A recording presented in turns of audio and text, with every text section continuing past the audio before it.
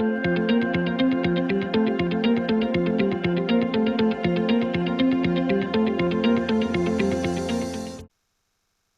afternoon. Welcome to the Innovation and Sustainability Conference, especially our guests, Jorge Portugal at my right side, and Miguel Carvalho Melo, and from United States, Joel Carboni. Hi, Joel.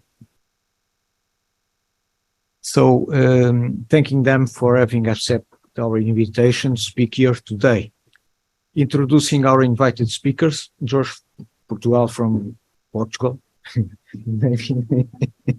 He's a general manager at COTEC Portugal, Business Association for Innovation, the main association business network for technological innovation.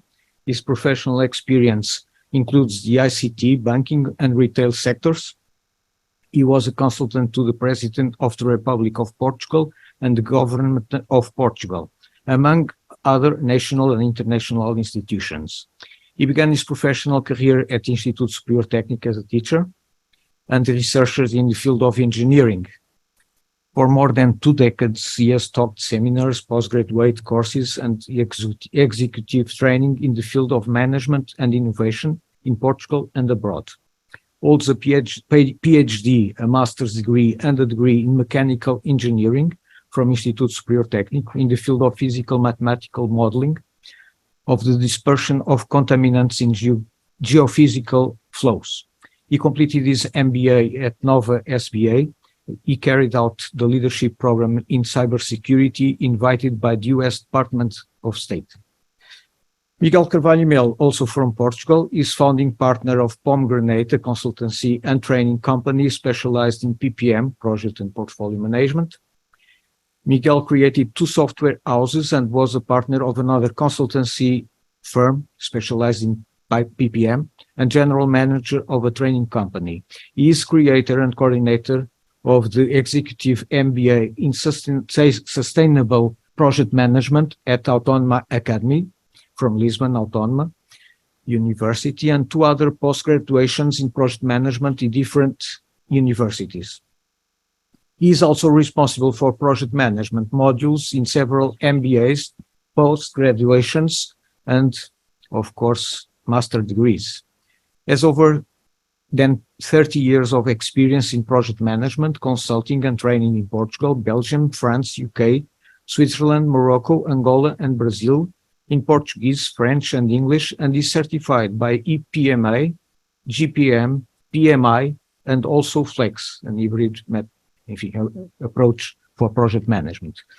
At IPMA, International Project Management Association, he is a member of the Advisor Committee and EPMA Awards Assessor, has participated in several EPMA projects and is now Program Manager of the IPMA CSR program and team member of EPMA Kids. He was President, Vice President, General Secretary of the Board of APOGEP, Portuguese Association of Project Management, and is currently Director of Innovation and is also Director of International Relations on IPMA, and is also Global Director of Innovation of GPM, Green Project Management, GPM 360 Registered Consultant and Assessor, and GPM Global Ambassador. So, at last, Joel Carboni from United States is a graduate of Bale Street University and holds a PhD in Sustainable Development and Environment. He has over 25 years of experience in various areas of project management, including government, finance, consulting, manufacturing, and in education. He is a frequent speaker at conferences and events related to project management and sustainability, and has worked in more than 50 countries, in addition to serving as a President Emeritus of the International Project Management Association, IPMA, and of course, in the United States, and being a member of the Global Advisor Board. He's also the founder of GPM, Green Project Management, and a visiting professor at Schema Business School. He is also the GPM representative to the United Nations Global Compact, where he was a founding signatory of the Business for Peace initiative and the anti-corruption call to action, and a contributor to the development of the United Nations 2030 Agenda for Sustainable Development SDGs. Is the creator of the PRISM project delivery methodology and the P5 standard for sustainability in project management, and has written training programs on green and sustainable project management that are offered in more than 145 countries through professional training providers, business associations, and universities. He is the lead author of the book Sustainable Project Management. So these are our three guests for speaking about this theme today. So I will start with a 10-minute introductory speech, and after me, Jorge Portugal and Miguel Carvalho will both make a 15-20-minute speech, and finally, Joel Carboni will deepen this theme in a GPM global perspective with a 20-minute speech, okay? So we hope that you enjoy the interventions, and at the end, you will have time to ask all the questions you think are relevant about this this interesting, I believe, theme, okay? So I will start with the introduction. So I will share my screen. We'll start. So innovation is the practical implementation of ideas that result in the introduction of new goods or services or improvement in the offering goods or services. This is an ISO definition of innovation. Important factor for economic, social, and environment development. And new projects, as you know, drive organizations and the economy to evolve, being agents of change and contributing to innovation. But only the combination of innovation and entrepreneurship will generate results and add something that will be innovative. Without entrepreneurship, there's no innovation in it. Entrepreneurship is the process of developing, organizing, and running a new business to generate profit, assuming a financial risk. Entrepreneurs will be needed, and the entrepreneur is the individual which innovates when introduce something new in the market, either a product or a service or a matter. It's according to Joseph Jean-Pierre, that is a little bit like the father of the entrepreneurship. So there can be innovation without entrepreneurship. Yes, but it will not generate results. There can be entrepreneurship without innovation. Yes, but it will just be doing something that already exists.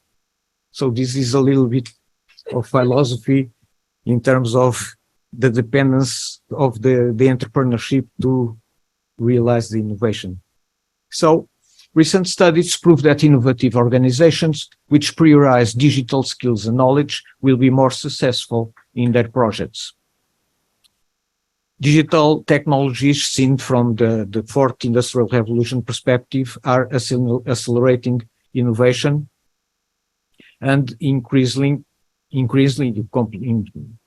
a globalized and increasingly complex world. In innovation processes, many times you have to take one step back to take two steps forward. Imagine that after the first unsuccessful tests, the pioneers of aviation give up. Today, we would not have planes flying. So this is the reality. We must have some persistence and resilience that are keys to innovate and to go forward. So in our planet, pollution is rising. Climate is changing. Planet resources are also limited. So we need to do more to preserve our planet.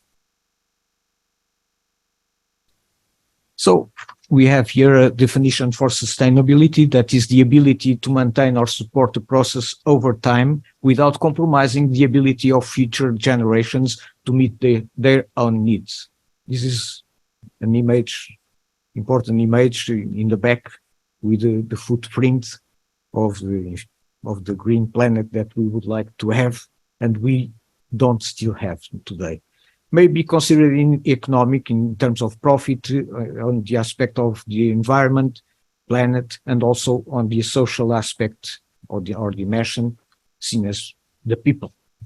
Many organizations and governments have committed to sustainable goals, such as reducing their environment footprints and conserving resources. And GPM Global has been promoting sustainability and developed the P5 standard. Innovation can lead to more sustainable practices and technologies. Some examples as renewable energies, transportation, building design. Those are helping to reduce dependence on fossil fuels and to decrease environment impacts. So, how to determine or to identify whether an innovation will be truly useful and whether it brings added value for all, for the society, for people, for environment, for economy? This is a very important question concerning innovation seen on a sustainable perspective. Now, it's important to identify the value, benefits, and quantify all the positive and negative risks resulting from the introduction of innovation in order to decide to advance with new projects. So, we must do more and better ensuring innovation with sustainability because we have only one planet. And it's paramount to contribute to a better world for future generations. Thank you very much for these 10 minutes. I will pass the word to Dr. Jorge Portugal. Thank you very much, ladies and gentlemen, because thank you, Antonio, for your kind invitation to be at Autonomous University. Just greeting as well, just Miguel Carvalho and our colleague from US, Joel. So my talk of today is basically I would like to pose you a dilemma. Normally, it's something that everyone today in the business, people just are talking about. That is it possible to balance growth? Countries need to grow. You listen very often. We need to grow. We need to grow GDP. We need to grow the company. So grow is a key word for economic purposes. So and in that way, you have to have. It's the main aim for many organizations and countries. And at the same time, it's possible to be at the same time have a sustainable growth. Probably you participate in this discussion. Is it possible or not to keep growing with a finite planet at the same time with different stricter environmental objectives? I will talk about in a minute about that. And basically what I will talk during this 15 minutes or so. It's the source of this dilemma. Why we need to balance growth and at the same time sustainability. That's the point. And in the second moment, I will discuss what are the incentivizers to solve this dilemma and what are the enablers to solve this dilemma. By the way, incentivizers means maybe negative or positive incentives. I will talk about that. Regulation, current environmental regulation in Europe is a strong negative incentivizer, but it can be also be looked at a positive one. And enablers are those factors like technology and innovation that maybe that can be can help the business and the economies to make the transition. So what many call the green transition. Digital technology is one of those enablers. Digital technology is decreasing exponentially in cost and easiness, so it becoming easier and easier to be adopted by the business. So it's a strong enabler. I will talk about that.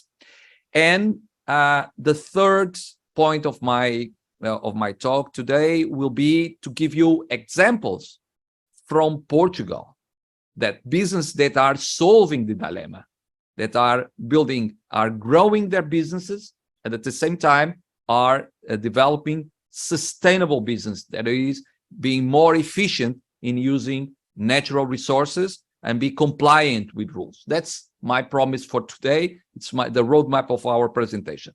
So the source of this dilemma is basically this: is in Western societies, and I put just very simple as that. In Western societies, there's a problem. All the development in the 20th century was thinking on the economic growth is based on that we have a non-finite planet. So we could grow in infinite terms, which, by the way, in the last 50 or 60 or 70 years has been, this assumption has been challenged, because one thing is the 1 billion people, planets, consumers, and now 10 billion consumers, all aspiring to become with the same level of comfort that the Western societies have achieved in the 20th century.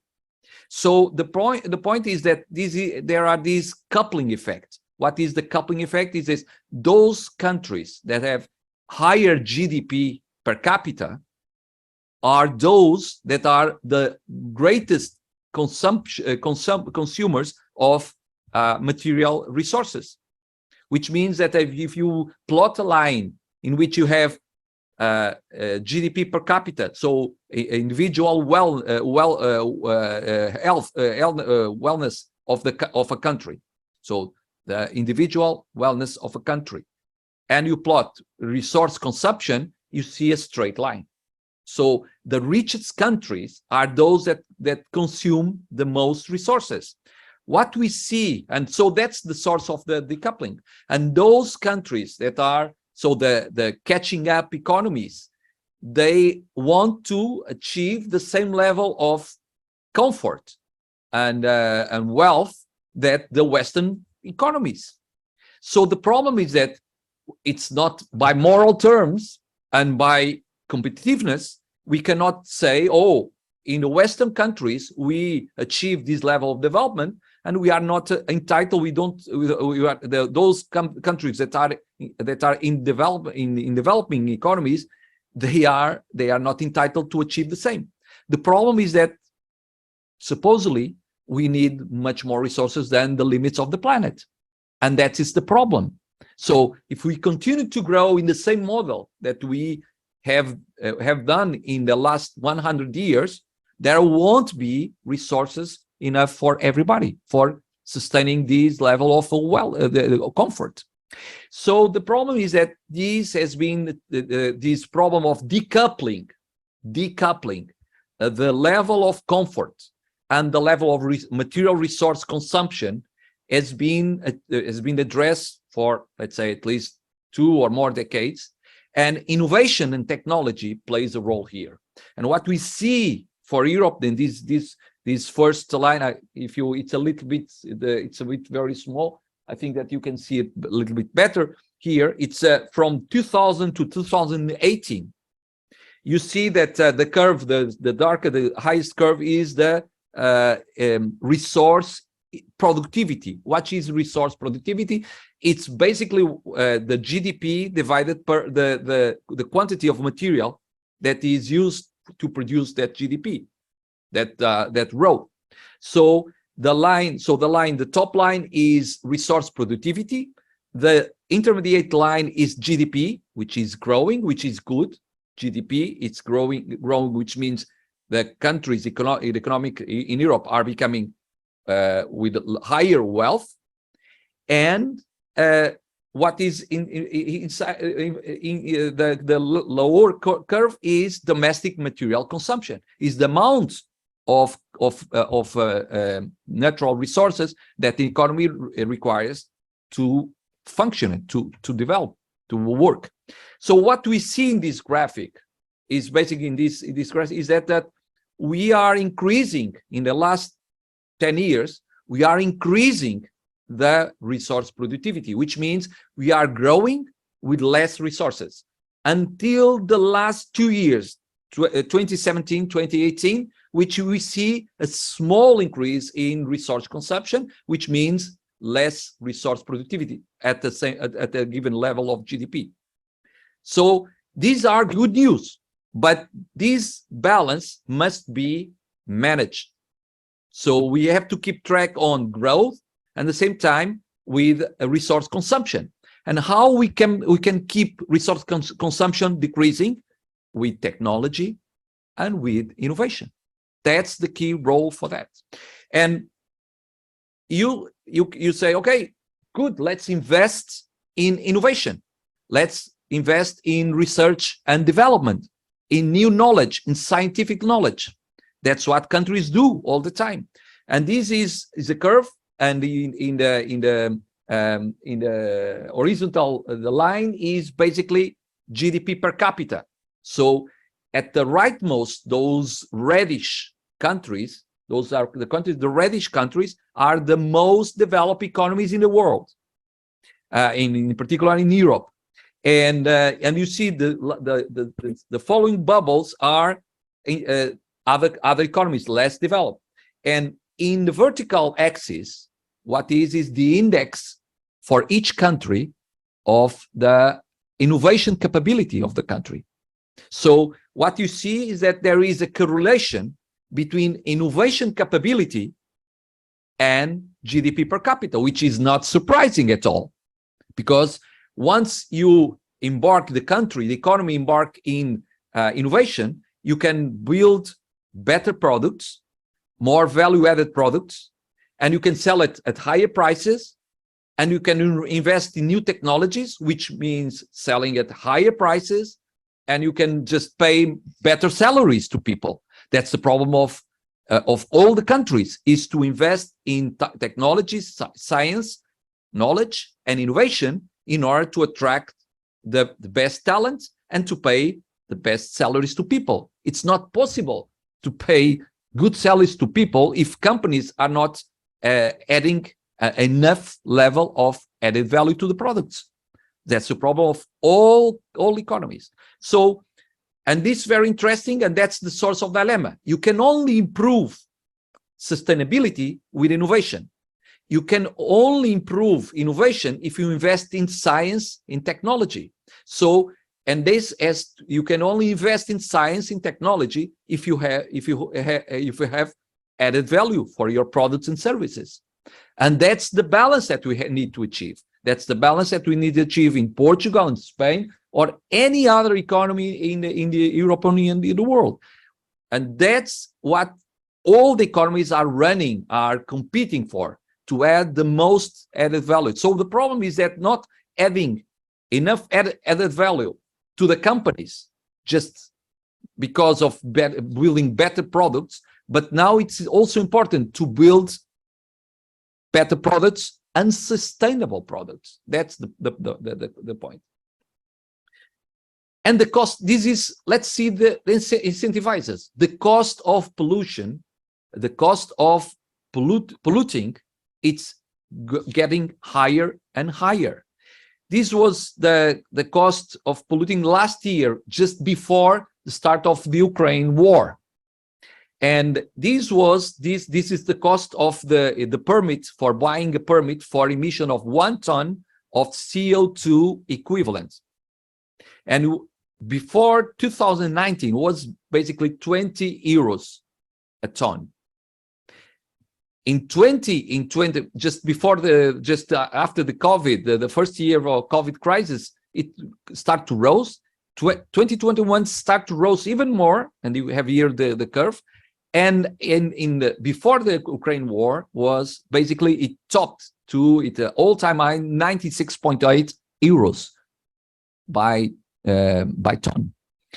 And the point is that this has been decreasing, and I look at very recently, and now it's now up to 92 euros per ton, which means almost the all-time high, and reaching the mythic level of 100 euros, which means that either you can invest in lower emissions, CO2 emissions, or you have to go to the market buying permits to pollute.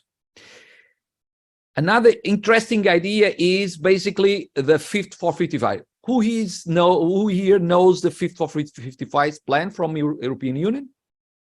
Who has heard about? Just raise your hand. How many people? Just one people.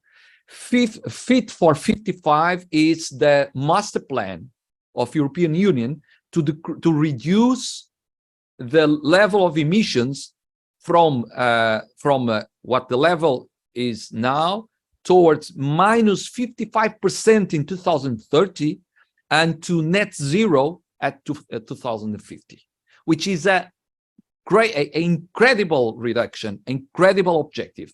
Most of these objectives, it's now being challenged because it's being probably too ambitious. And we have, let's say, the several industries are contributing in different ways. Just if you draw a line in 2030, which means 7 years from now, you have energy power, so energy production, transportation, buildings, industry, and agriculture and land use. So each of these activities will have to contribute with a strong reduction. And by the way, what are the technologies that will be helping this reduction? Electrification, hydrogen, with electrification is a big chunk, carbon neutral hydrogen, so green hydrogen, which is production of hydrogen from renewable energy, biomass, some circularity measures, and so on. The less are less important. So what I conclude from this idea is that, by the way, industry is moving. This is a train from Alstom, which is a hydrogen power train, a fuel cell. And on the right, you have a truck from Mercedes, but it has to carry a 420 kilowatt battery, which may weigh more than 2 tons, very, very heavy. So it's not the final solution. It's already a product, a commercial product, but it's not, it's very expensive, by the way. So these are what I call legal incentivizers. So companies have to move, have to address these regulations as soon as possible. And what we see is that most of them they are already. But let's look at what we may call the enablers. And the first enabler is, if electrification, it's the main technology that is being used or being considered, assumed that will promote the transition in terms of sustainable energy production, we see that from 1 decade before, the cost of the electrical battery price dropped by 1 order, which is very significant. The point is, this happened until 2018, 2019, and from that, in the last 2 years, the price has plummeted, has been stagnating and not reducing anymore.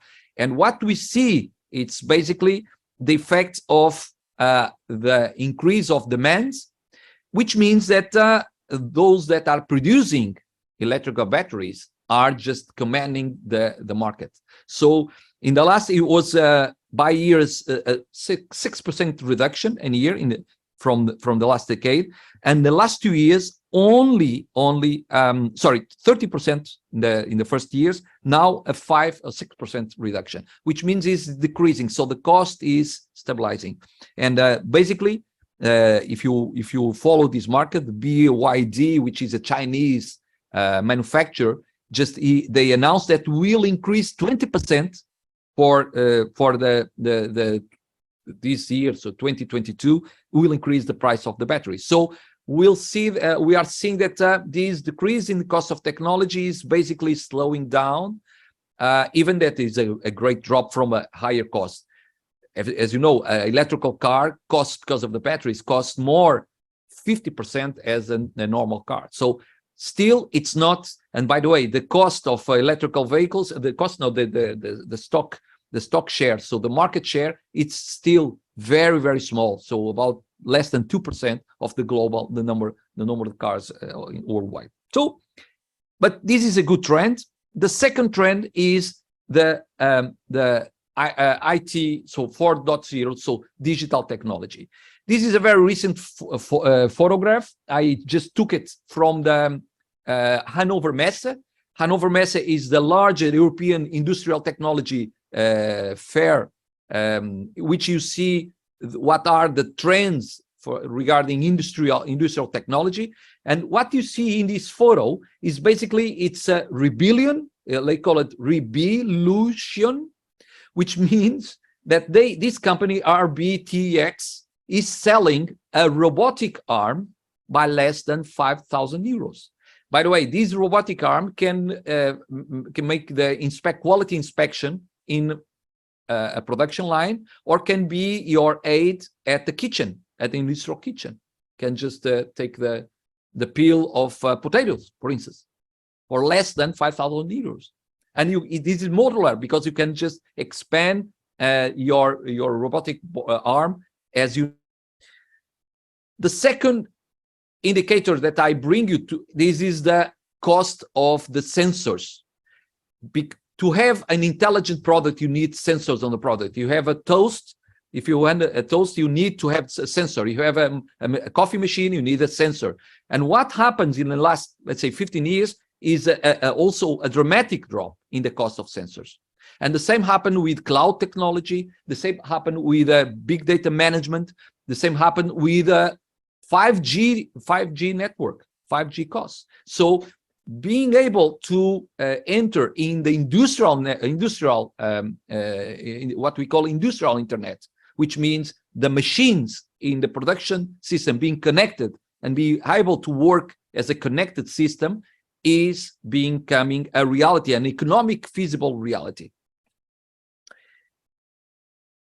Let me give, because before this, they give you now 5 examples very quick, because I'm just rushing my time.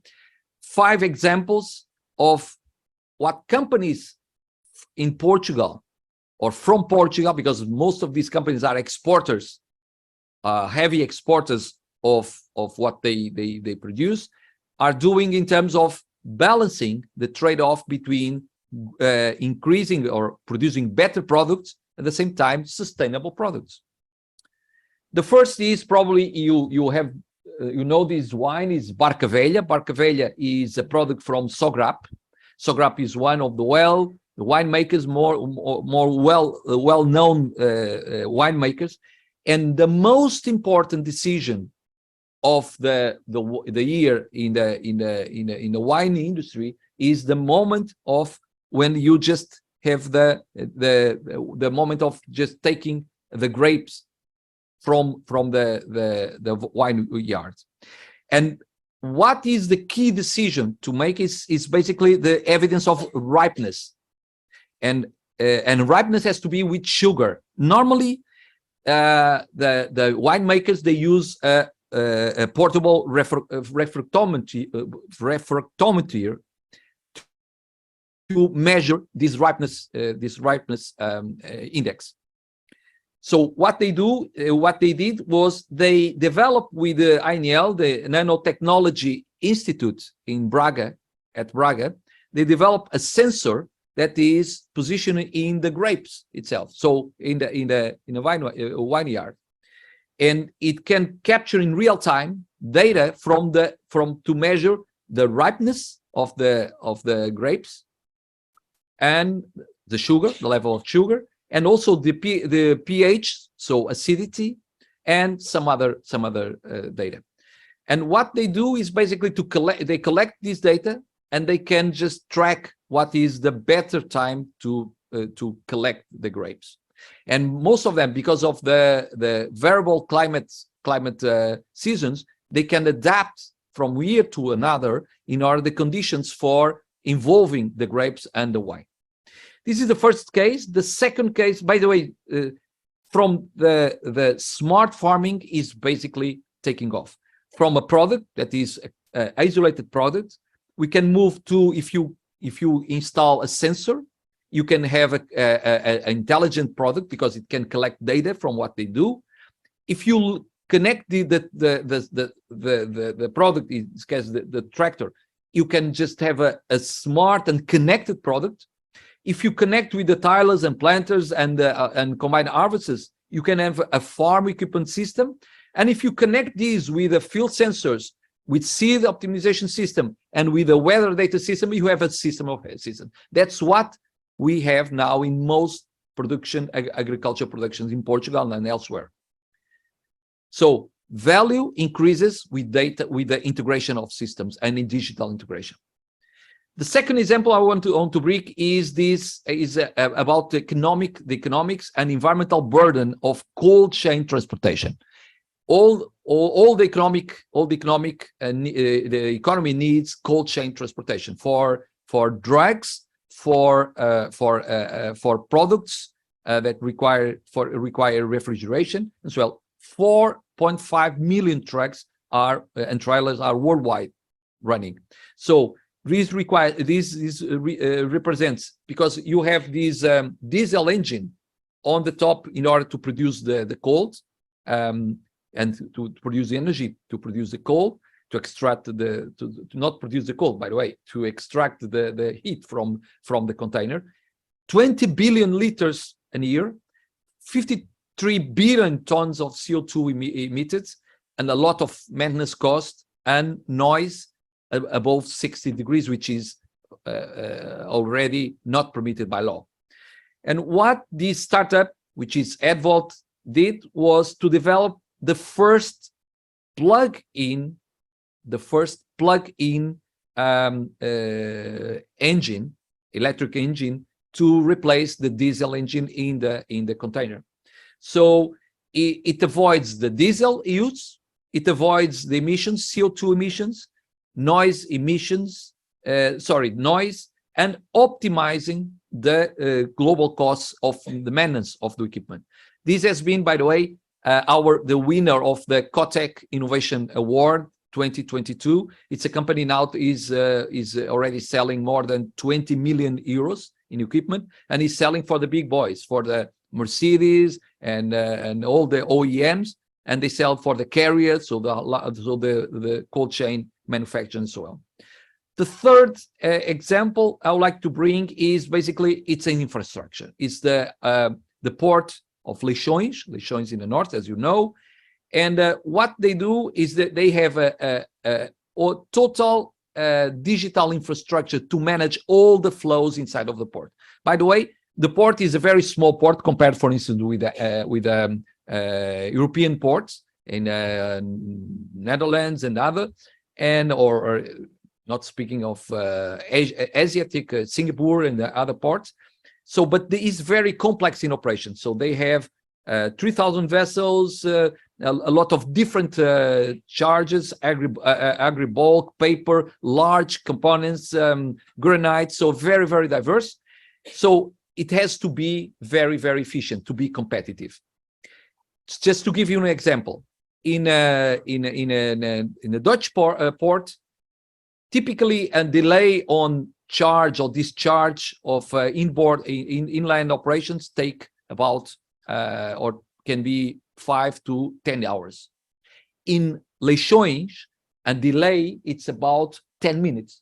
So more than 10 minutes, the customers, the clients, so the exporters start to complain, which is absolutely what they, and this the example that I brought. They have a 5G network in order that they can control all the operations, and they can have all the visual data that can be used for compliance and for control. They have a service, or they will be implementing a service that is carbonic labeling. What is this service? Is basically the exporter can choose their carbon footprint, and they can choose. I will just finish in 3 minutes. They can choose if it is by inland shipping, transshipment, road, or rail.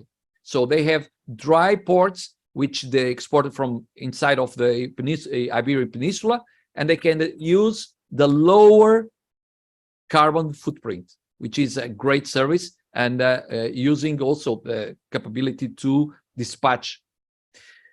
The fourth example is from a Portuguese company. It's a great engineering company, FASEC. This is the classic transformer. The classic transformer, by the way, these guys at FASEC, they redesigned all these classic transformer, and they won the Red Dot Award, Design Award. How?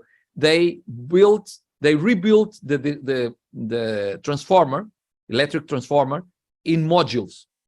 What was the benefit? Basically, they got a much more efficient transformer with a IoT infrastructure inside, so they can control the functioning in remote mode, the functioning of the remote, increase energy efficiency, optimization of shipping because it's a large volume, and so low carbon footprint. So increasing the capability to work the machine work better, and at the same time more sustainable.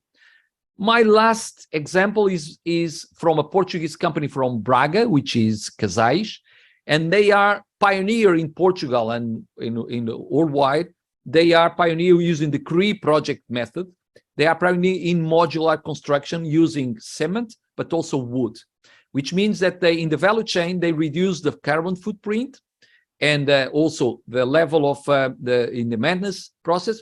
But also what is what's interesting, it's much faster construction, and maintenance cost is much lower, because if you want to replace, it's easier to refurbish and to maintenance all this. For instance, this was a hotel in Guimarães, Hotel B&B. This is the hotel was built in 1/3 of the normal time, and the cost of the maintenance will be much lesser than for traditional construction. And this is what is the digitalization of construction, is basically integrating one model that is a digital model that is shared by those that are designing the project, that are building the project, and they will be doing the maintenance of the project. By the way, this is an idea from Frank Gehry. It says, oh, this is digitalization, which we call BIM, Building Information Model. This is a virtual building catalog that puts everyone to work together at the same time. Imagine the waste that can be saved in a project, in a construction project. But what really, by the way, Cotec has issued this, so you can get it on our website, so about BIM. But what is really revolutionary, the value, it's the 4 dimension of time, in order that they can synchronize everyone in the same project. Some of the constructions here in Lisbon, you see, already are just being developed with BIM. So basically, and to finish my intervention, how we can solve, the conclusion is that these 5 examples that I brought from our own companies, from companies in Portugal. By the way, some of these cases are available in video in our website, Cotec website. They are solving this dilemma. They are growing. They are adding more value to their customers. At the same time, they are building sustainability capabilities in terms of what they are doing. So producing less waste, producing less emissions, and using less non-renewable materials. So 4 ideas. The first is they are authentic in terms of leadership. They believe in that. The second, a long-term focus on innovation and sustainability, both. The third is the culture for the employees. The employees are those that are building the culture of the companies, not the chairman of the CEO. And finally, they involve the stakeholders, the customers, the suppliers, the partners, everyone. So thank you so much. Sorry, Antonio, for this abuse in terms of the time. Thank you very much for your excellent presentation. It was very interesting. Now we'll speak Miguel Carvalho Melo. Good afternoon. So first of all, Antonio, thank you for inviting me once again to be here. presenting, in this case, GPM and Sustainable Project Management. And because you already presented me, why it is not working? Yeah, I move on to this one. So why sustainability? And we are all talking about sustainability. Yeah, those are some of the sad examples of why we are talking about sustainability. And of course, nowadays you can listen to some people saying that sustainability it's just a thing, it's just a trend. This is not real, because of course changes in the world always happen. Some years ago there were dinosaurs, and now of course there are some people that looks like dinosaurs, but that's not the point. Yeah, we don't have dinosaurs anymore. But the difference is that many changes that happen on the planet, they happen by, let's call it, natural causes. These that we are watching now are caused by us. As far as we know, it's the first time that the planet is going through radical changes due to the action of one single species of animals. We are the animals. And we are talking about sustainability, and one of the most dramatic things, and one of the things that sometimes we don't realize, because when we talk about sustainability, it always goes into pollution. Yes, that's a major problem. We all know that, but it's not only about pollution. Biodiversity is one of the very serious problems that we are facing. I don't know if you read anything about the extremely serious problem, because of the fact that in all over the globe, bees, bees, Portuguese people, abelhas, they are dying. And if they simply disappear, all life on the planet will disappear. We will disappear. We depend on them so much, sometimes we don't realize. And it's just an example, because there is this thing called ecosystem. It has to work. If we cut a piece of it, it doesn't work anymore. And we will keep suffering if we don't act. This is a very sad example. This is from what is known so far.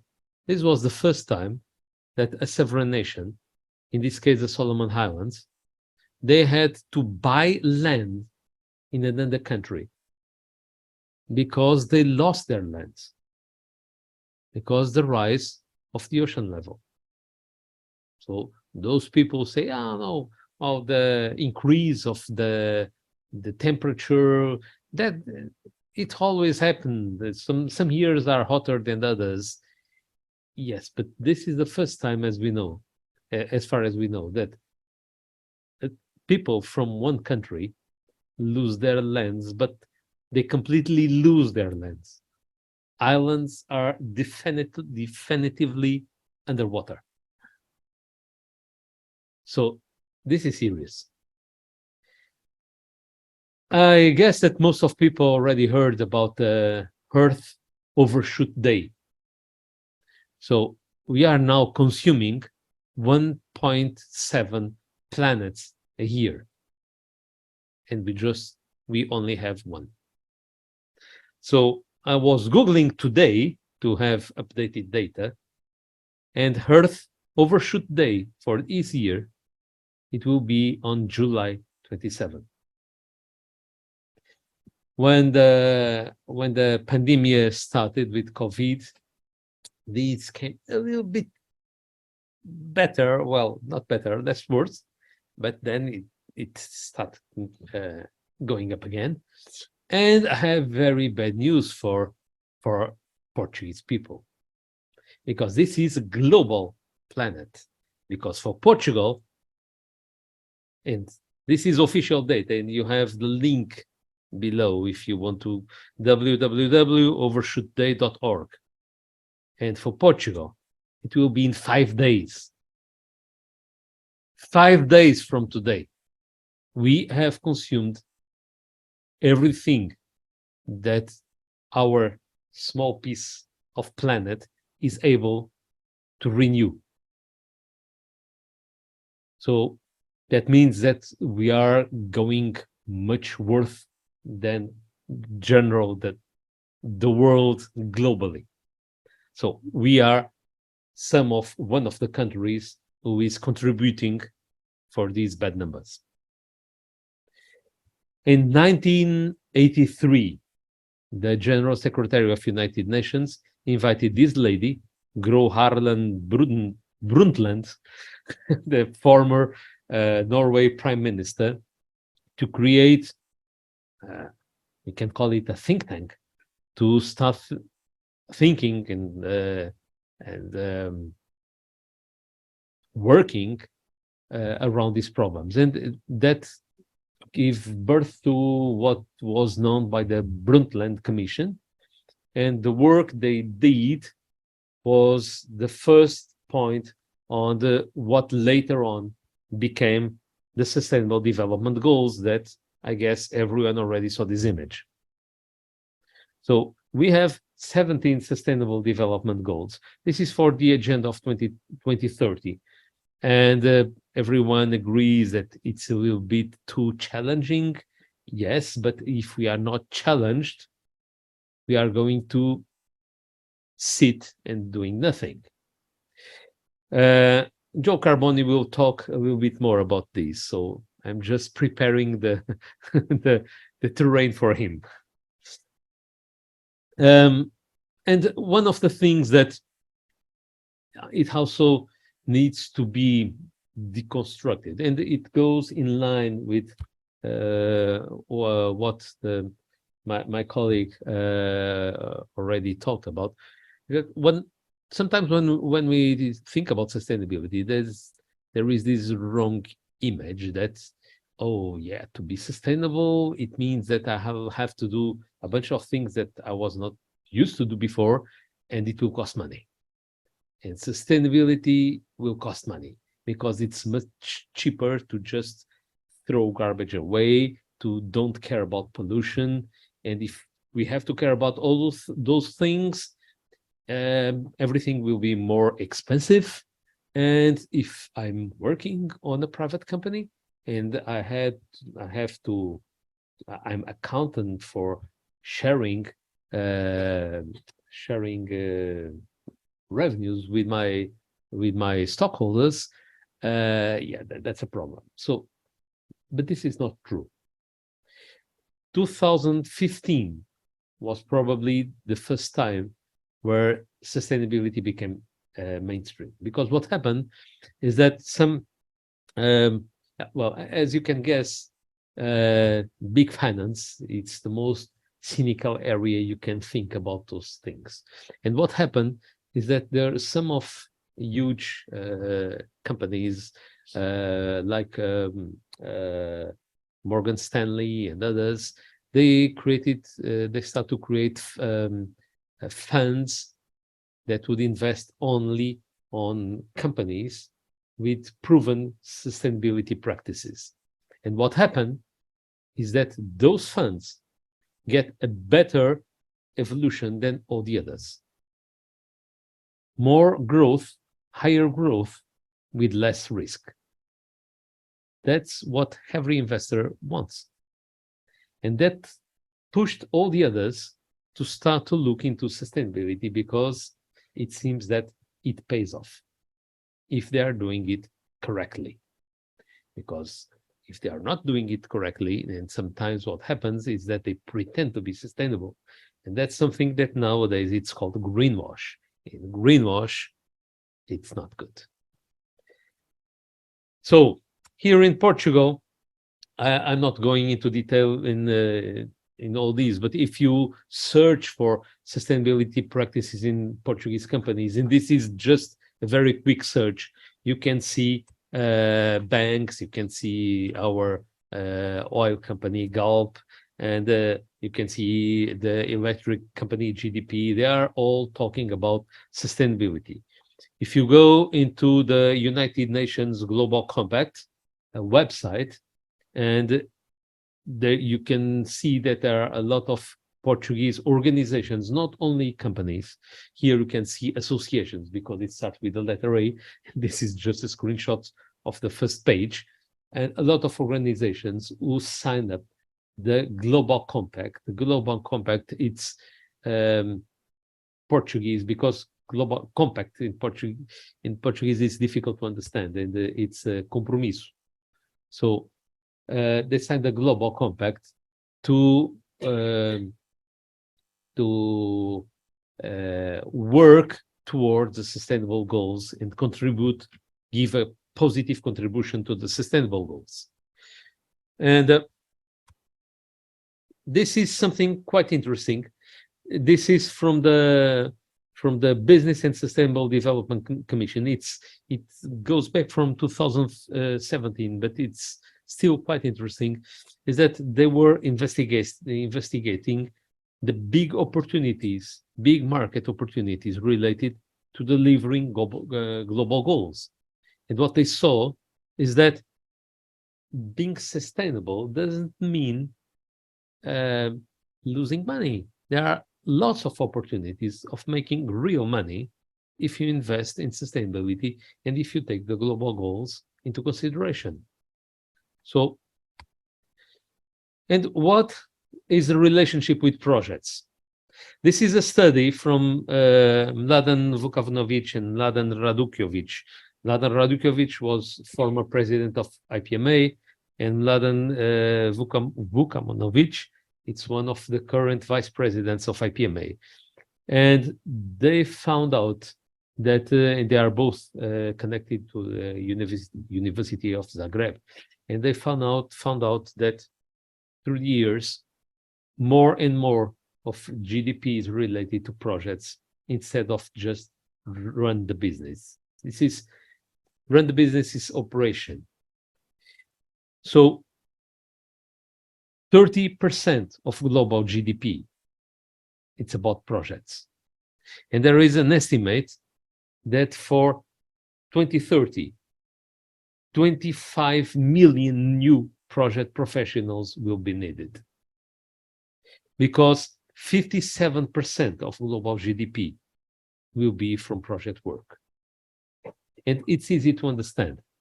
Anything you do in an organization, either it's a project or it's started by a project.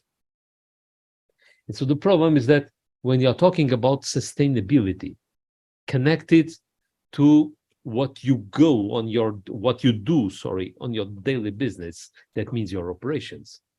And you forgot that before that, there were projects that were anything but sustainable. It's a lie. You need to start from the beginning, and the beginning are projects.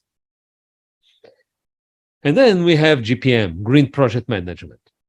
Green Project Management was created by your next speaker, Joel Carboni, in 2009.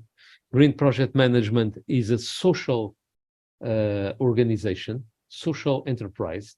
In the United States, you have a non-for-profit, pure non-for-profit on one side, you have a traditional company from the other side, and then you have social enterprises, which they don't work to deliver revenue.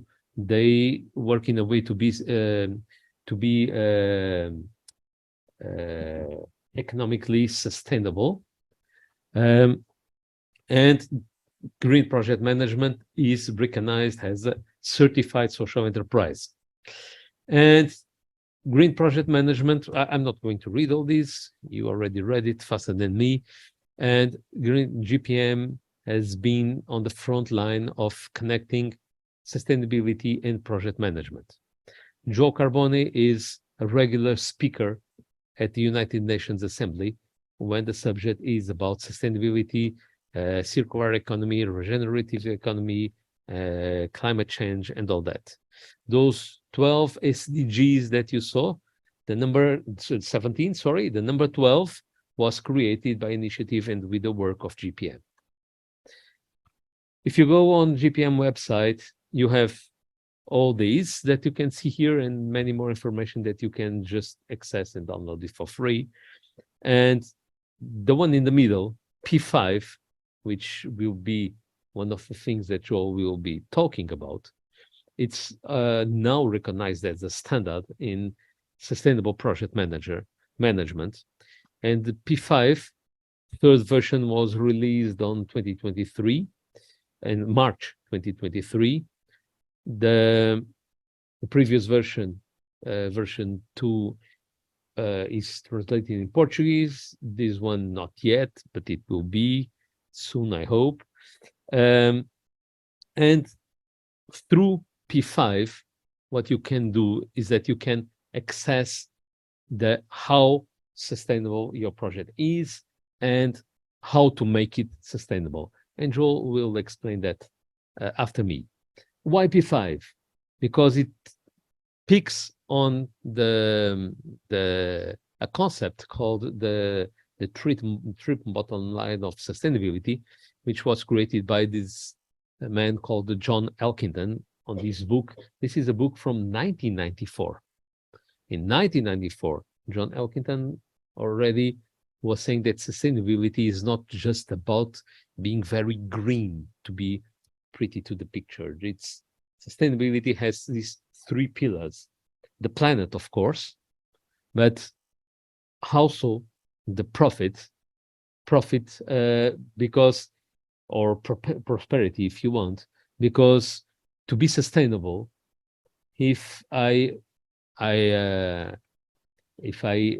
run down my company and I had to close the company because we are bankrupt, what's the sustainability on all that? So of course you need to take this pillar into consideration, and then from a project management point of view, a project is made by people, for people, with people, and it will impact people. So we have the social pillar of the triple bottom line. So how to connect these two things? On the left, you have the old school approach to project management, because in the last century, in the 90s, people used to say that, oh, I'm an excellent project manager because I'm able to deliver my project in time, on budget, within scope. And that's it. And that's fantastic. I've done a fantastic job. But the problem is that if my only focus is on these 3 restrictions, this is the called iron triangle, created by a man called George Burns. And if my only focus is on these, I risk that at the end of the project, I have very well created something which is good for nothing, because no one likes it, no one uses it, and there is nothing more unsustainable than to do very well something which is good for nothing. It's a waste of resources. So from a project manager point of view, this is not enough. I need to bring other variables into it. And this is what GPM also did with these. And we have the time, cost, and scope, and in the quality in the middle, but then we have to take into consideration risks, because a project without risk is a project in risk. A project, the main reason for creating a project is the benefits that the project will deliver, and the benefits are usually only collected after the project is finished. And as a project manager, I need to take that into consideration. Otherwise, once again, I'm doing very well something which is good for nothing. And then I have the 3 pillars created by John Elkington: people, planet, and prosperity, and the 2 more brought by GPM, product and processes. And I need to take all these into consideration. So this is the P5 ontology. It's a little bit difficult to understand what's written like that in this slide, but Joel Carboni will talk about this after. So he will explain you how to use this. On GPM, we have a model of certification of individuals. People can become certified sustainable project managers. And why do you need this? Because it's something that we can see now, that the search for certified professionals is getting higher and higher. And I will show it. This is just quickly 3 special cases where P5 and the materials from GPM were used, and the PRIS methodology that Joel will talk about were used. One of these was the creation of this NBA stadium. Another one is, and this is very interesting because, as you can imagine, a steel mill, it's difficult to imagine a steel mill which is sustainable, because it's one of the most polluting industries. Yeah, but they did it with the support of GPM. And in Malaysia, the government of Malaysia, they adopted into their national school system contents of GPM, and this is from newspapers when this happened there. So finally, now you cannot see. So this is recent. This is the fastest growing job postings on LinkedIn between 2018 and 2022. And as you can see, second one, sustainability analyst. And now this is quite recent. This is from 2023 World Economic Forum Future of Jobs report. So the 10 fastest growing jobs and the 10 fastest declining jobs. On the left side, you have sustainability specialists on the second place. So investing your career in sustainability most probably will pay off. Thank you. Okay, thank you very much, Miguel, for your excellent presentation. I believe now it's the time of Joel Carboni to speak. You may share your screen if you want to start. Thank you very much. Thank you, Antonio, and for the introduction, and to all my previous speakers and colleagues. First of all, Antonio, thank you. I believe you invited me in January, which is amazing because normally I'm asked to speak, and can you come to Saudi Arabia in 2 weeks? And I'm like, wait, 2 weeks? No, I don't have time for that. So I have plenty of time to prepare for this, which is great and very unusual, but I do appreciate it very much. Thank you. So I was introduced already, so I'll gloss over that. And I want to kind of bridge to what Miguel was talking about a little bit. So I'll start off with these SDGs, right? You've all seen these 1,000 times. Every business has it on their website. We talk about it all the time. And he mentioned I work on number 12. I want to specify, though, that I worked on number 12 because I quit number 13. Now, you might ask yourself, why would you quit climate action? That's such a sexy topic, right? It was. But the sponsor of that working group was Nestle Corporation. And Nestle was taking water out of my water tables here where I live in Michigan and selling it back to us in plastic bottles. So I thought, how could I work in a working group sponsored by an organization that is actually raping the planet? So I quit. And they asked me to work on number 12 instead. So I love the SDGs, but also I don't like them for a couple of reasons. One, they're global, they're hierarching, and no one's close to achieving any of them. I think the UK and Sweden are close to achieving 2, only 2. And the Canada is close to almost 1. The rest of the world, nowhere near. So we set these big global goals with no way to really achieve them. And let me give you an example, right? So no poverty. If you take number 1 right? Eradicate extreme poverty for all people everywhere. None of you in the room would say that's a bad idea, right? Everyone agrees that's a great idea. But in reality, poverty is an economic choice. What this goal doesn't do, it does not address the social constructs that lead to extreme poverty in the first place. It doesn't ask, why does poverty exist? It just says, end poverty. Well, that's not how things work. We first have to understand how we get here to understand how we get to solve the problem. And none of these SDGs speak to that. But it's okay. We have a way to get there. That's why I'm leading this as sort of some foreshadowing. Now, when I talk about sustainability, I want to be very clear what I'm not talking about. I'm not talking about any of these. And yes, you see the word sustainable on there as well. It was mentioned earlier that the definition of sustainability is to basically sustain, which is true. But ask yourself, what is it you want to sustain? Is it life as we have it today? I sure hope not. As Miguel shared in the last opening slide, we have problems. We don't want to sustain those problems. We want to fix those problems. So in order to solve that and to be sustainable as a society and as a species, humanity has to get into regeneration. We have to move beyond sustained sustainability and get into regenerative sustainability. That's the only way forward. We have to leave behind the idea of time, cost, scope as quality in projects and move towards truly value creating models.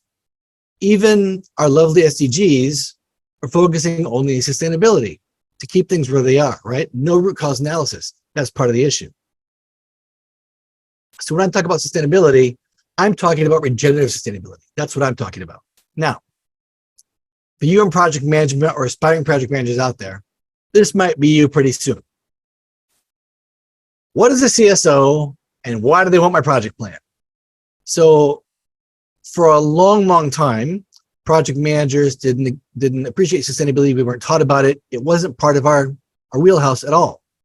But recently, very recently, actually, as of last year, members of the European Council, the EU, unanimously approved the EU Corporate Sustainability Reporting Directive, the CSRD. This means that companies will soon, as of next year, be required to publish detailed information on sustainability matters. This will increase the company's accountability, prevent divergent sustainability standards, and ease the transition to a sustainable economy. In practical terms, companies will have to report to the EU on how their business model affects their sustainability, on how external sustainability factors, such as climate change or human rights issues, influence their activities. This will equip investors and others. So Miguel mentioned BlackRock, for example, Morgan Stanley, how other investors will make better decisions on investing in their companies. So this is no longer something for project management to consider as a profession. We must adopt it and support our clients and companies, or we will be liable for the fines and lawsuits ourselves. That comes down to the how and the what. It all comes down to this word materiality. So materiality is key in non-financial reporting, right? It helps to identify what elements of performance are most relevant to the organization's stakeholders. For sustainability, and for us, when we start providing materiality to the sustainability officers or the functions in the companies that report on sustainability, they're going to ask you for this: the business case, what's in it, procurement practices, how do you do it, how do you communicate with your vendors, give us your design documents, how impactful are those on the environment, society, your impact analysis, what measures did you take to mitigate risks and issues, show us your risks and issues, we want to know what they are. They're now having to become public disclosure, public. Your SMPs, how did this make it into project work? Show us what you did. Handover documents, we want to know all about the asset, its impact, how does that work? And also governance. So these key areas of materiality are no longer under the blanket, so to speak. These are now public and they have to be handed over to support ESG reporting. And when I talk about that, right now, there are roughly over 200 ESG frameworks in the world, but they all roughly look kind of the same. And they all want to know, how does sustainability impact your organization? So the only way forward is for operations to provide materiality, but also projects. And there's two key ways to do this. One, sustainability reports. So that's something that comes from inside, right? Saying, hey, we want to report to you what it is we're doing. And then there's the ESG disclosures. That's when we're being told specifically, I want to see A, B, C, D, and F. Both of these combined are critical. I was at a GRI conference several years ago, and the head of the GRI was asking Coca-Cola, he said, I want to know what's in your products. He said, your report's about that thick. It's about, about 3-4 centimeters thick. None of it talks about your products. So now we're going to start asking you, tell us what's in it. Tell us how it came to be. Tell us the risks, the impacts. That's what investors want to know. So you can't hide anymore. So we took and retooled the P5. I know that some of you in the room have used version 2. Version 2 is still great. Version 3 is incredible. We're very happy with it. We now have over 245 ways to assess sustainability. There are 49 elements, 23 for people, 21 for planet, and 9 for prosperity. And using the 5 lenses gives you 245 aspects in order to look at sustainability. I'll show you some of the changes. So you can download it for free from our website in English right now. But some of the changes that we did. So training qualification is a change. Equal opportunity is a change. Dignity, diversity, equity, inclusion is new. So you've heard of DEI a lot. You can have diversity, you can have equity, inclusion, but what about dignity, right? What about how you treat the people? And are they giving equity fairly and efficiently? So that's new. Work-life harmony and mental health, big issues. Customer privacy and data protection, that's new. So on the social side, we've made a lot of changes to enhance and also to bridge this tighter with the SDGs to deliver the how, as well as ESG disclosures saying the what. So all these are new elements in the P5 responsible technology. So AI, for example, it's taking over a lot of things, but are we using it responsibly, right? And that's a challenge for the future. And green claims and greenwashing, right? So we want to know, are you actually reporting on this, and are you doing what you say you're doing? Can you actually prove it? Prove you're actually walking the talk. On the planet side, we added we changed CO2 to GHG emissions to encompass all the gases. We included renewables and clean energy return, soil erosion and regeneration. As Miguel mentioned, that Solomon Islands, right, their land is eroding. They actually had to buy land in other countries. This is a problem with climate change and sea levels rising, is soil erosion. We have to go back and actually regenerate those ecosystems. It's very important. So that's now a key metric. And noise pollution, right? It's taken into account with air quality as well. So those are for the environmental side.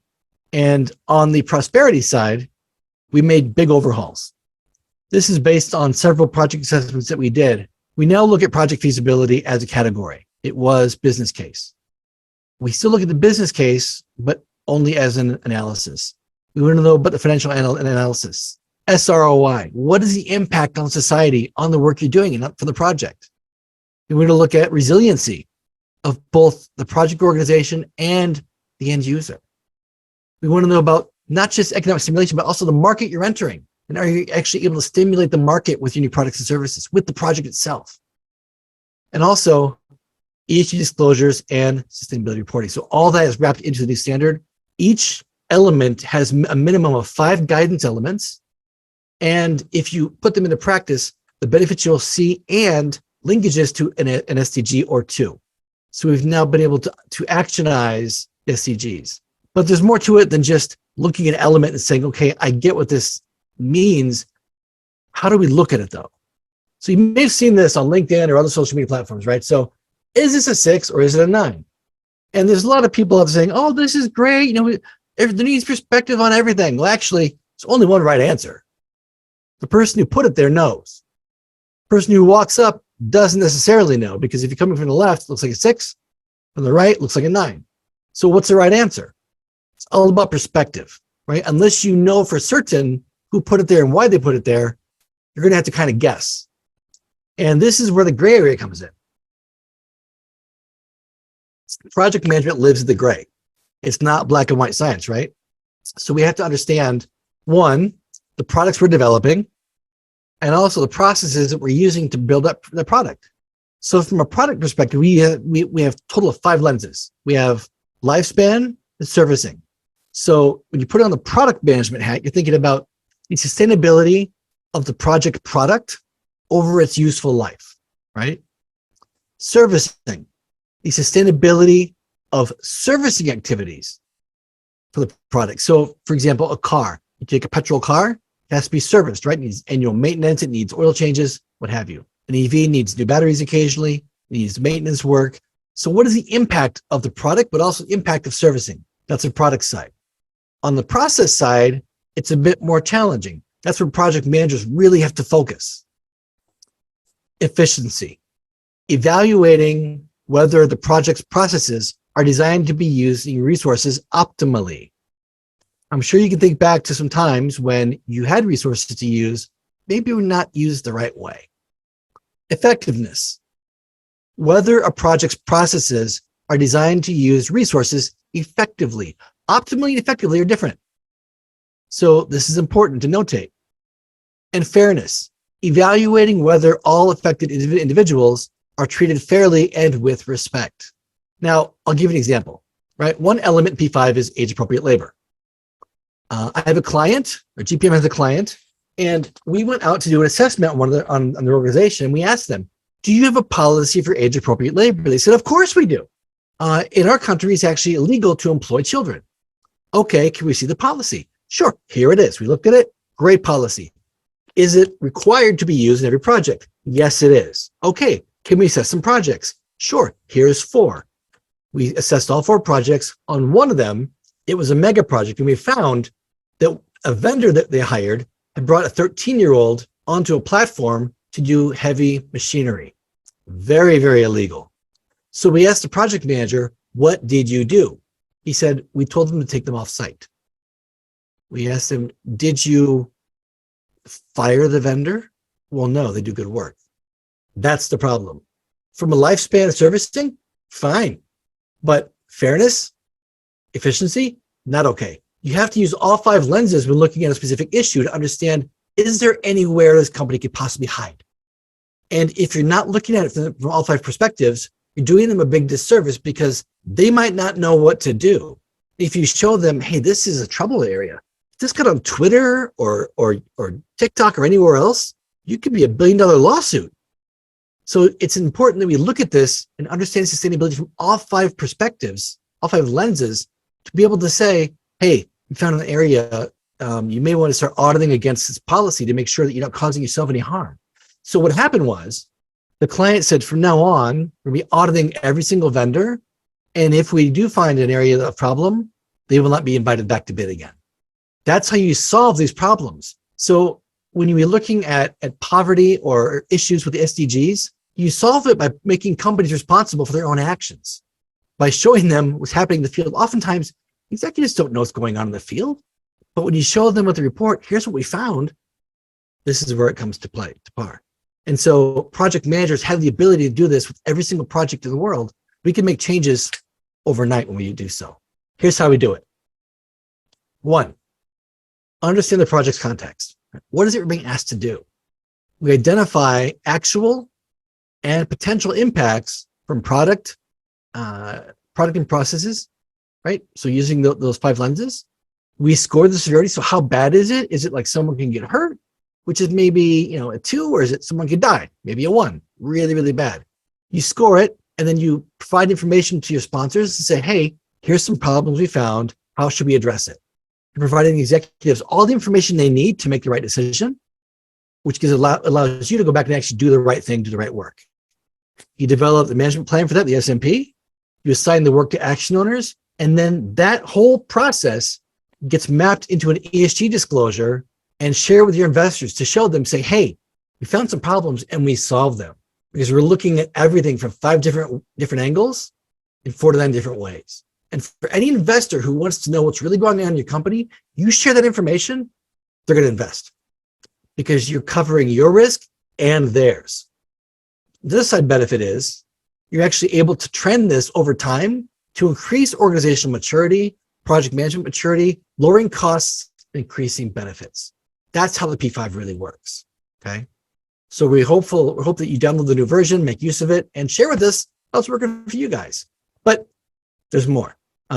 We've mapped each element to the SDGs. And so what you see here in blue, the elements are on the side, on the left, the SDGs are on the top. Each element has at least one SDG linked to it in blue. The green ones are secondary. So for example, if you affect poverty, you're also affecting hunger because one, if you've got money, you can afford food. So we've gone 2 layers deep to determine, are we actually meeting these criteria? And also on the right-hand side, you'll see a table. And this is a culmination of over 200 ESG frameworks. We went through them all, and yes, they're very, very boring, but we were able to map in the P5 that we account for almost every single disclosure requirement in the world, except for maybe 3, which are board structure of independence, not really project related, political contributions, not project related, and executive compensation, also not project related. But the rest of them, we do map to. So if your organization does have to do ESG reporting, we can actually pull it directly out of your project documents, which means complete transparency and no fines, no lawsuits, which is what we want. Shift gears just a little bit. So P5 is the engine behind our methodology in PRISM. And the only way to make this work is to stop thinking that projects are linear. They're not. Now, I've been in project management since roughly 1990 something. I'm only 20 years old, which is amazing, right? But I was taught to live within these walls. The projects start with a project management function at initiation and end at close and handoff. That's not true. Projects live way beyond this. And we have to start learning how to take responsibility from the time it becomes an idea until the assets or changes end of life and beyond. So that's why at GPM, we look at it like this: pre-project, discovery, design, delivery, closure, benefits, which lead to more projects, more change, right? Think about it. If you have a phone, you have a new version of an old one, right? They're just changes. They're just new versions. So there's always adaptations, modifications. So it's not really an end-to-end life cycle. It's a Mobius. When we start thinking like this, get circular economies and life gets much better. So that's what I have to share today. Last point, we do have monthly events on our ambassadors. I see a few of them are actually online today. Our events are not boring. They're engaging. We hope you join us. Come to our website, gpmambassadors.org. It's basically the price of a cup of coffee every month. Our upcoming events are where is the road with the SDGs, circular economies, exploring ethics of AI. So lots of engaging topics, as well as all of our tools, techniques are available to you for download on the website. That's what I've got, and I'll take questions. Thank you so much. Well, thank you. Thank you very much for your excellent presentation. It was very interesting. Thank you very much. Now it's the time for your questions. Online, you may ask your questions too. Fernandez is typing that the truth is that big corporations are moving to countries where they can get more profit without complying with environment rules or labor rules. It's a problem. Not everybody takes the sustainability goals seriously, unfortunately. I don't know if my colleagues want to say something. Actually, I can speak to that. I wouldn't be too concerned with that because no matter where you go, there's nowhere to hide anymore. Because with imports and exports, anywhere you do business, you're going to be subject to these ESG disclosures. They could try to run. It's going to be very short-lived. They're going to become dinosaurs and they'll be dead. It's not going to last very long. More questions? I have a question. Yeah. Good afternoon, and thank you so much for your presentations. It's a very interesting team. I would like to know what is your opinion on the potential for artificial intelligence to drive sustainable innovation?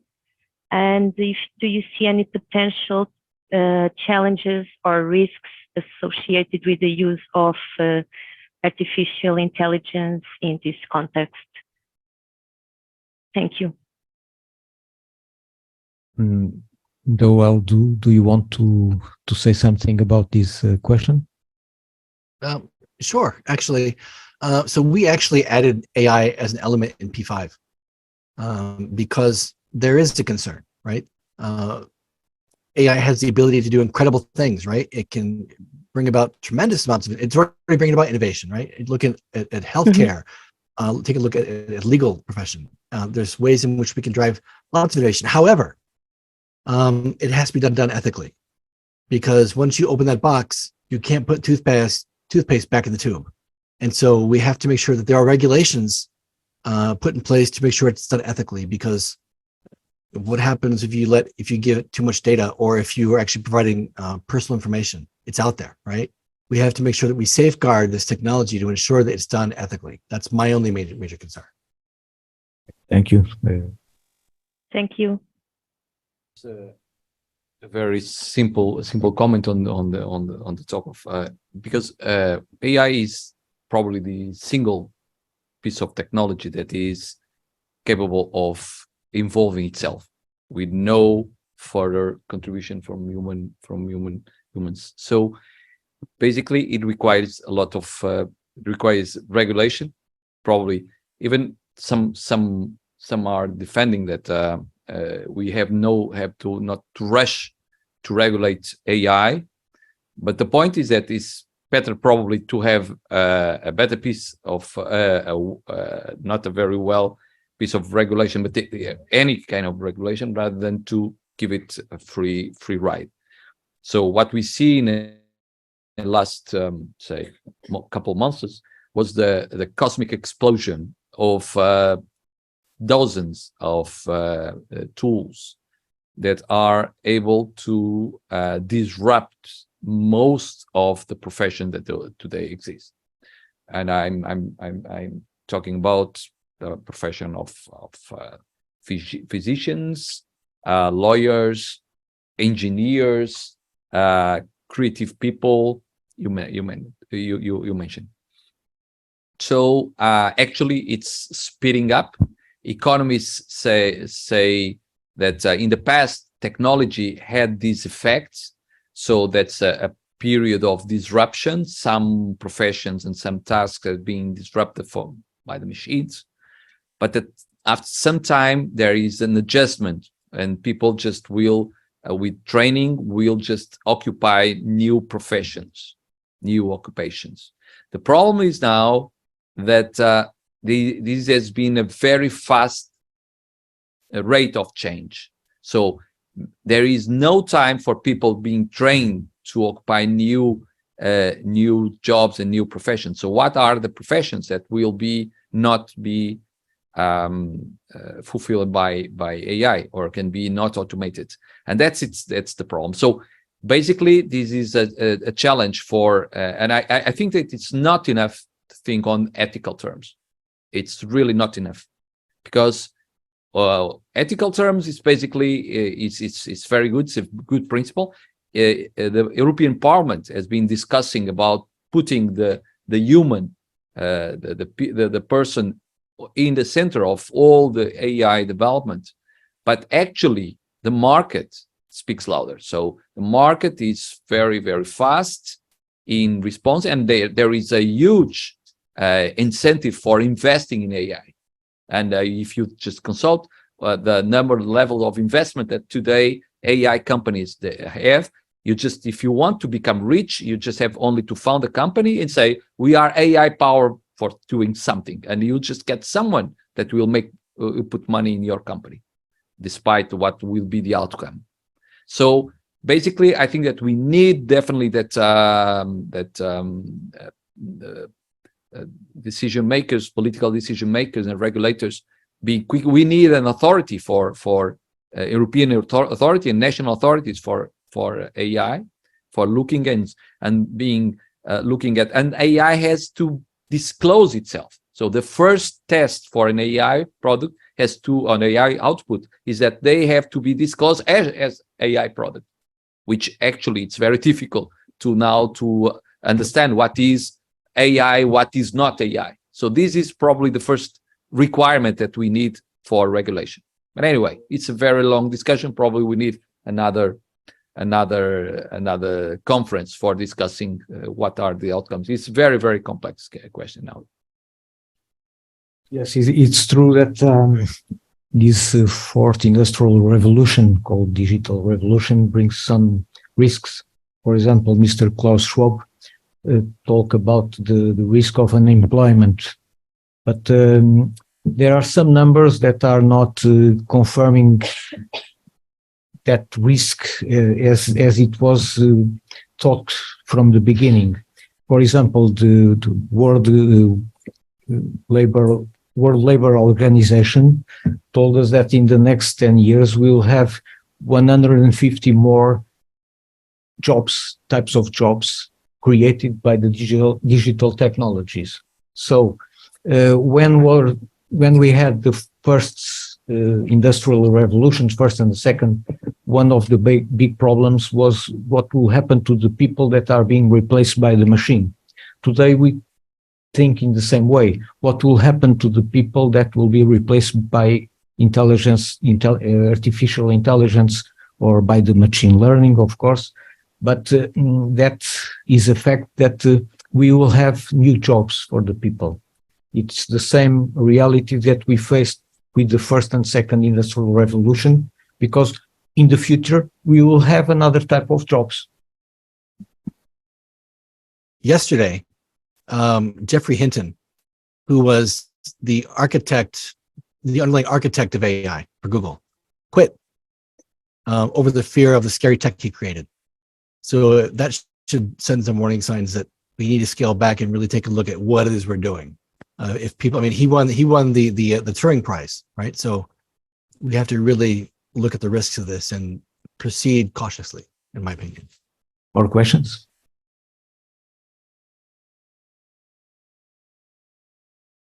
No more questions. I believe we may end this conference. Thank you very much for your presence, Joel, Miguel. Well, we are very pleased to have you here in this conference, and thank you for the presence online and presential participators. So thank you very much. Good night for all. And I will finish this conference. Thank you. Thank you.